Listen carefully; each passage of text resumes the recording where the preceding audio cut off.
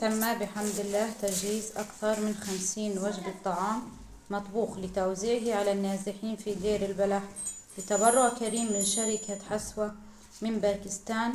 بارك الله فيكم وجزاكم الله كل خير، ونتمنى الاستمرار في دعم أهلنا غزة النازحين بسبب انتشار المجاعة وارتفاع الأسعار بشكل رهيب جدا. بارك الله فيكم وجزاكم الله كل خير.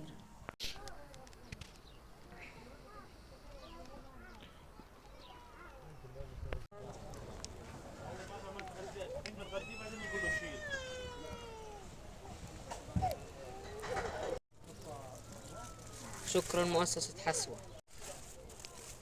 شكرا. شكرا. شكرا مؤسسة حسوة. شكرا مؤسسة حسوة. بارك الله فيك. شكرا. شكرا مؤسسة حسوة.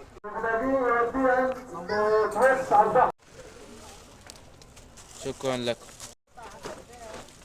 شكرا. شكرا وبارك الله فيكم. شكرا. بسم الله الرحمن الرحيم. ويطعمون الطعام على حبه مسكينا ويتيما وأسيرا. بارك الله فيكم. نشكر باسم النازحين في قطاع غزة الإخوة المتبرعين في مؤسسة حسوة على هذا الطعام. بارك الله فيكم. اللهم اطعم من أطعمنا واسق من سقانا. شكرا مؤسسة حسوة. شكرا. شكرا بارك الله فيك. شكرا. شكرا. شكرا. شكرا بارك الله فيكم جزاكم خير مؤسسة حسوة. شكرا.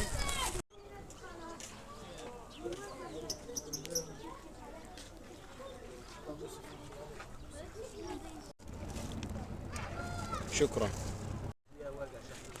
شكرا مؤسسة حسوة. شكرا.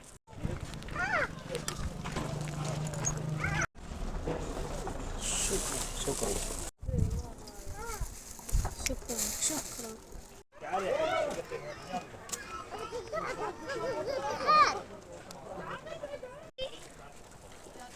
جزاكم كل خير، الله يعطيكم لمن يرضيكم.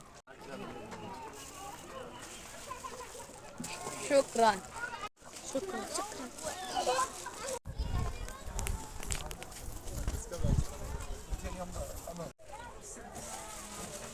شكرا. شكرا. شكرا. شكرا. بارك الله فيك.